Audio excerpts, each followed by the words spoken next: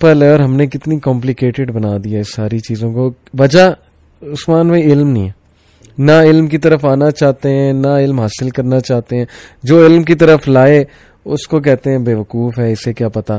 ہمیں پسند ہے ذرا سٹوریاں سنانے والا, ذرا ڈرانے والا, کہ نہیں جی نہیں میں آپ کو تعویذ دیتا ہوں, میں آپ کو دوائی دیتا ہوں, آپ پہ یہ ہو گیا وہ ہو گیا. یہ سب شیطان کی گیم ہے. میں تو یہی کہوں گا کہ پاورفل بنا دیا اسے ہم نے, حالانکہ وہ کچھ بھی نہیں ہے. آپ نے اکثر آپ بات کرتے ہیں کہ بسم اللہ پڑھ کے دروازہ بند کرے, وہ ابلیس بھی نہیں کھول سکتا. ہم نے چھوٹے چھوٹے شیاطین کو اتنا پاورفل بنا دیا ہے باتیں کر کر کے کریڈٹ دے دے کے, کہ اب وہ انسانوں پہ ہنستے ہوں گے کہ یار یہ ہے وہ حضرت آدم علیہ السلام کو سجدہ کرایا فرشتوں سے, یہ آدم کی اولاد ہے, اس کی وجہ سے جو ہے وہ ہم سے بادشاہت یہاں کی چھینی, پہلے جنات یہاں پہ ہوتے تھے. میں تو سمجھتا ہوں ہنستے ہوں گے کہ یہ ہے وہ خلیفہ اللہ کا, یہ اتنا ویک, اور بس چل رہا ہے جی ایسے. افسوس ہوتا ہے. بیسیکلی عامل لوگ اپنے قبضے میں لوگوں کو رکھنا چاہتے ہیں, اپنے کنٹرول میں رکھنا چاہتے ہیں, کہ یہ کہیں ہم سے کوئی وظیفہ بتائیں گے, کہیں گے ہماری اجازت کے بغیر نہیں کر سکتے آپ یہ وظیفہ. کوئی عمل بتائیں گے, نہیں اس کے لیے اجازت ضروری ہے. یہ بھی بڑا کامن ہے. ہاں ٹھیک, اچھا اجازت اس سے بندہ اس عامل صاحب سے پوچھے, سب سے پہلی جو چیز شریعت نے ہمیں دے دی, اذکار دیے صبح شام کے, قرآن کی تلاوت دی, ساری چیزیں, وہ کون دنیا کا بندہ ہے جو اس اجازت کو روک لے؟ اللہ. جس نے کلمہ پڑھا سب کو اجازت ہے, کون ہوتا ہے وہ اجازت روکنے والا؟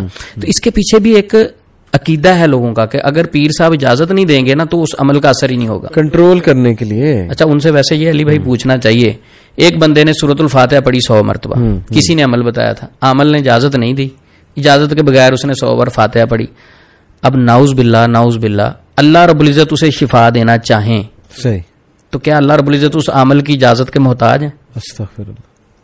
ٹھیک ہے, دیکھیں کیسے عقیدے خراب کیے لوگوں کے. اجازت اور گائیڈنس میں فرق ہے. ٹھیک ہے, گائیڈنس ہونی چاہیے. ٹھیک ہے, آپ کسی کے پاس جا سکتے ہیں گائیڈنس کے لیے کہ عثمان بھائی آپ بتائیں کوئی اذکار ہیں, کوئی شرعی عمل ہے, میں کر لوں, گائیڈ کر دیا, ٹھیک ہے خود کریں عمل. لوگوں نے اس کو عقیدے کے ساتھ جوڑ دیا کہ عامل صاحب اجازت نہیں دیں گے نا تو میرا اثر ہی نہیں ہوگا. تو یہ بد عقیدگی ہے, اور اس کے علاوہ کنٹرول کرنے کے ذریعے کہ یہ میرے پہ ڈپینڈنٹ رہے, کہیں یہ علم کی طرف نہ نکل جائے, کوئی ریسرچ کی طرف نہ نکل جائے, کوئی عقل مند بندہ نہ اسے ٹکر جائے, یہ میرے سے ہی ہر چیز لیتا رہے. تو یہ بانڈیج سسٹم, یہ ایک سلیوری ہے, غلامی ہے, اور کیا ہے. اور اللہ کے رسول انسانوں کو اسی غلامی سے تو آزاد کرنے آئے تھے کہ اللہ کے بندو اللہ سے کنیکٹ کرو بجائے کہ لوگوں کے غلام بنتے پھرو. اچھا ایک بس میں اور بات کرنا چاہوں گا just to wind up things, کہ کسی نے پتہ لگانا ہو میرے پہ جادو ہے کہ نہیں ہے, تو اس کے سمٹمز کیا ہیں؟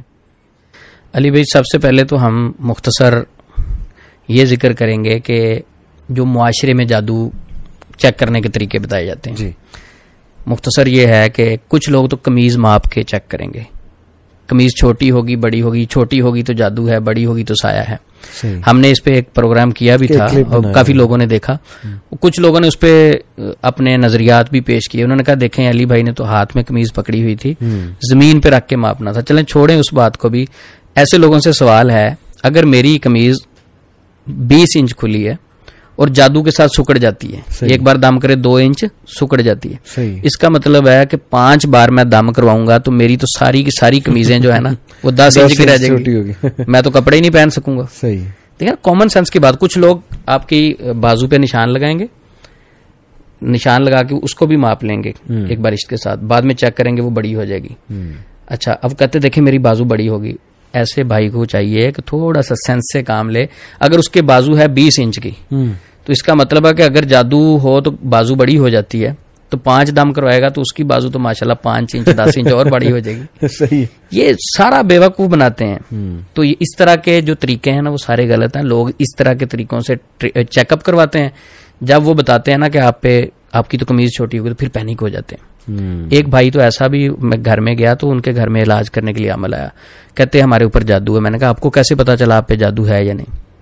تو کہتے ایسے پتا چلا کہ عامل صاحب ہمارے گھر میں ہے, وہ روم میں جاتے تھے, اپنی انہوں نے بازو قمیض اوپر کی ہوئی تھی تو اس طرح کر کے دیکھتے تھے ہر روم میں جا کے. تو کہتے ہم نے پوچھا یہ آپ کو کیسے پتا چلتا ہے؟ کہتے جس روم میں جا کے میرے وہ بال کھڑے ہو جاتے ہیں نا بازو کے, اس روم میں جین ہے. میں نے کہا بڑا تھرمامیٹر تھا وہ آدمی کا. میں یہاں کانسیپٹ سمجھانا مجھے دل کہہ رہا ہے لیکچر دوں اسٹیٹک الیکٹریسٹی پہ. اینی وے ٹھیک ہے. تو میں نے کہا بڑا وہ بھائی تھرمامیٹر تھا, اس طرح کر کے بتا دیتا. یہ سارے نفسیاتی حربے ہیں. کچھ لوگ پانی پلا کے آپ کو چیک کریں گے, کڑوا میٹھا, یہ بھی کوئی اس کا شریعت سے تعلق نہیں. زیادہ تر نفسیات سے آپ کو ان چیزوں کی بنیاد پہ خوف زدہ کر دیا جاتا ہے, پریشرائز کر دیا جاتا ہے. اب سمپل ہے کہ کچھ لوگ, ایک بڑی مزیدار علی بھائی بات کہ کچھ لوگوں میں ایک پیشنٹ نے بتایا کہ ایک خاتون سے ہم علاج کروا رہے ہیں, انہوں نے بتایا جادو. میں نے کہا ان کو کیسے پتا چلا؟ کہتے ان کے اندر ایک نیک بزرگ حاضر ہوتے ہیں.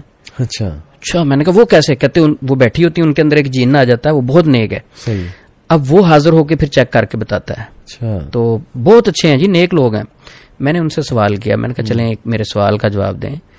نبی صلی اللہ علیہ وسلم کے مصلی پہ کھڑے ہونے والے ابھی جو امام کعبہ ہیں, آپ مانتے ہیں کہ سب سے دنیا میں نیک آدمی ہیں, کیا ان کو شریعت اجازت دیتی ہے کسی غیر محرم خاتون کو ہاتھ لگائیں؟ کہتے نہیں. تو میں نے کہا وہ نیک بابا جی جن کون سے ہو سکتے ہیں کہ غیر محرم خاتون کے اندر حاضر ہو کے باتیں کر رہے ہیں؟ وہ کیسے نیک ہو سکتے ہیں؟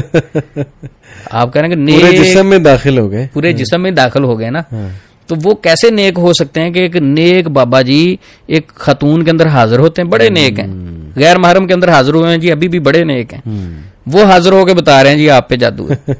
کس طرح کی باتوں پہ لوگ ٹرسٹ کرتے ہیں. تو اس طرح کی بیوقوفیوں سے لوگ جا کے اپنا چیک اپ کرواتے ہیں غلط لیبارٹریوں سے. شریعتاً کیا سمٹمز ہیں علی بھائی؟ شریعت نے کوئی سمٹمز ایسی نہیں بتائی جادو کی. اگر ہم شریعت کو تھوڑا سا اسٹڈی کی طرف لے کے جائیں, حدیثوں کو پڑھیں, تو ہمیں یہ بات علی بھائی سمجھ لگتی کہ نبی صلی اللہ علیہ وسلم پہ جو جادو ہوا تھا تو تھوڑا سا بھولنے لگے تھے. تو لوگ کچھ فتوا نہ لگا دیں, وہ دینی معاملات میں نہیں, دنیاوی معاملات میں. صحیح. اچھا, اس سے یہ ہے کہ جس پہ جادو ہوگا نا اس کے حافظے کا ایشو بنے گا. اچھا, بیمار ہے, جاتا ہے رپورٹس کروانے کے لیے, بیماری ہونے کے باوجود رپورٹس ساری کلیئر آئیں گی. صحیح. اچھا, ہاتھ پاؤں ٹھنڈے ہو جائیں گے اچانک. صحیح. شام کے وقت اسے گھبراہٹ اور بے چینی ہوگی, شام کے وقت اکثر, اور بال اس کے ایکسٹرا گرنے شروع ہو جائیں گے. اچھا سوری ایڈ کر دوں, یہ سارے سمٹمز اکٹھے ہونے چاہیے, یہ نہیں کہ ایک آدھا ہے, جیسے گھبراہٹ انگزائٹی کی وجہ سے بھی ہو سکتی ہے. جی بالکل, تو یہ اکٹھے سارے ہونے چاہیے. صحیح. اچھا, اس کے علاوہ علی بھائی آپ کو مایوسی ہوگی, پریشانی, ہر چیز آپ کے پاس اللہ کی نعمت موجود ہے, اس کے باوجود آپ مایوس ہوں گے, زندگی بے مزہ ہو جائے گی, آپ کو کوئی چیز اچھی نہیں لگے گی. اور جادو کا سب سے پہلے جو اٹیک ہوتا ہے آپ کے اسٹمک پہ ہوتا ہے. آپ کا اسٹمک کام کرنا چھوڑ دیتا ہے. جیسے اسٹمک کام کرنا چھوڑتا ہے, کھانا ہضم نہیں ہوتا, تو آپ اس کے بعد کیا ہوتا ہے, انگزائٹی ہونا شروع ہو جاتی ہے, ویکنس ہوتی ہے. اچھا, اس ٹینشن کے ساتھ کیا ہوتا ہے, آپ کی نیند اڑ جاتی ہے, اعصابی سسٹم ڈسٹرب ہوتا ہے. جب آپ کا اعصابی سسٹم ڈسٹرب ہوگا, یہ ساری سمٹم جو ہے کوئی شریعت نے نہیں بتائی, یہ ہم نے اپنے تجربات سے اخذ کی. لیکن آخر پہ اس کے میں یہ کہوں گا, یہ جتنی میں نے سمٹمز بتائی ہیں اسلام میں نہیں ہے, یہ میرے تجربے میں ایک ماہر معالج ہی بتا سکتا ہے. یہ نہیں کہ کوئی سمٹم سن کے گئے, نہیں میرے اوپر تو ہے نا, عثمان بھائی نے کہا یہ سمٹمز ہیں, میرے اوپر تو جادو ہے, نہیں, وہ بھی ایک معالج ہی آپ کو کنفرم کر کے ہی بتائے گا یہ انگزائٹی ہے, ڈپریشن ہے, اسٹریس کی وجہ سے ہے, یا جادو نظر بد کی وجہ سے. خود ہی نہیں گھر میں بیٹھ کے سوچیں. زبردست, بالکل ٹھیک. تو باقی یہ جو لوگ ٹریٹمنٹ کے لیے جاتے ہیں, کوئی ایسا دنیا میں پیمانہ ابھی تک ایجاد نہیں ہوا جس سے کنفرم پتا چل جائے آپ پہ جادو ہے. تو اس لیے پینک ہونے کی ضرورت نہیں, خوف زدہ ہونے کی ضرورت نہیں. یہ چند سمپٹمز ہیں. اصل چیز ہے صبح شام کے اذکار, مسنون دعائیں, اللہ سے تعلق جتنا مضبوط ہوگا, توکل جتنا اسٹرانگ ہوگا, جن انشاءاللہ اتنا ہی دور بھاگے گا. یہ بس خلاصہ کرتے ہوئے یہی سوال میں پوچھنا چاہ رہا تھا کہ کوئی آسان ترین اذکار روزمرہ کے وہ کیا ہیں جو اتنا اسٹرانگ ہو کہ ایک عام آدمی نظر بد سے بھی اور یہ ان افیکٹ سے بھی بچ جائے, آسان عمل. علی بھائی صبح شام کے اذکار, ان کے متعلق تو تقریباً لوگ جانتے ہی ہیں. بے شک. ایاک نستعین کے نام سے بھی آپ کو پلے اسٹور سے مل جاتی ہیں. صبح شام کے اذکار, کوئی بھی آپ اذکار والی بک خریدیں گے, اس میں صبح شام کے اذکار, وہ مختصر وظائف ہوتے ہیں. وہ کرنے کے ساتھ ساتھ ایک بڑا بہترین عمل ہے جو نبی صلی اللہ علیہ وسلم ہمیشہ کیا کرتے تھے. اما عائشہ صدیقہ رضی اللہ تعالی عنہا فرماتی ہیں, بخاری شریف کی حدیث ہے کہ نبی صلی اللہ علیہ وسلم جب بھی رات کو بستر پہ لیٹتے, سونے سے پہلے آخری 3 مرتبہ پڑھتے. ٹھیک ہو گیا. آخری 3 کل 3 مرتبہ پڑھتے ہیں. اس کا طریقہ کیا ہونا چاہیے؟ قل اعوذ برب الفلق، قل اعوذ برب الناس، سورۃ اخلاص، سورۃ الفلق، سورۃ الناس. اچھا 3 مرتبہ پڑھ کے اپنے ہاتھوں پہ پھونک ماریں اور پورے جسم پہ دم کریں پاؤں تک. اچھا اس کے 2 طریقے ہیں. ایک طریقہ تو یہ ہے کہ آپ ڈائریکٹ 3 بار پڑھ کے پھونک مارے اور جسم پہ دم کر لیں. اور دوسرا طریقہ جو مجھے سمجھ لگا اس حدیث سے وہ یہ ہے کہ 1 بار اخلاص پڑھیں، 1 بار فلق پڑھیں، 1 بار ناس پڑھیں، ہاتھوں پہ پھونک مار کے دم کریں، پھر 1 بار اخلاص، 1 بار فلق، 1 بار ناس، پھر دم کریں. یعنی 3 بار ہی ہاتھوں سے دم ہو جائے گا اور 3 بار ہی صورتیں مکمل ہو جائیں گی. یہ عمل نبی صلی اللہ علیہ وسلم ہمیشہ کیا کرتے تھے. صحیح. تو یہ اگر ہم عمل شروع کریں گے، اگر نظر لگی ہوئی ہے انشاءاللہ وہ اتر جائے گی. تھکاوٹ، میرا تجربہ ہے علی بھائی، جس دن رہ جائے نا میری تھکاوٹ نہیں اترتی. جب میں یہ عمل کر کے سوتا ہوں میری تو دن کی ساری تھکاوٹ چند گھنٹوں میں اتر جاتی. تو مسنون عمل ہے. تو آخری 3 کل رات کو ہر شخص کو پڑھ کے سونے چاہیے. انشاءاللہ آدھے جادو جن تو ویسے ہی بھاگ جائیں گے.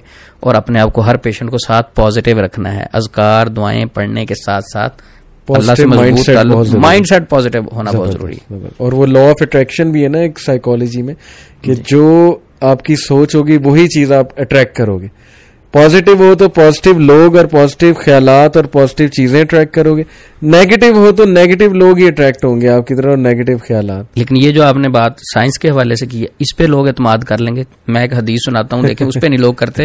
حدیث قدسی ہے، اللہ خود فرماتے ہیں انا عند ظن عبدی بی، میں بندے کے گمان کے مطابق ہوں. ان ظن خیرا فلہ و ان ظن شرا، اچھا سوچے گا تو اچھا ہوگا، برا سوچے گا تو برا ہوگا. زبردست. تو بات سوچ پہ ختم ہوتی ہے. اللہ ہمیں سوچ پازیٹیو ہو جائے تو عثمان بھائی، اور اللہ آپ کی حفاظت کرے. آپ آج کے دور میں جب اتنے غلط لوگ بیٹھے ہوئے اس فیلڈ میں، آپ ایک جہاد کر رہے ہیں. اللہ آپ کی حفاظت فرمائے. آپ بھی اذکار کریں، حفاظت کی بڑی ضرورت ہے کیونکہ یہ شیاطین بھی سن رہے ہیں.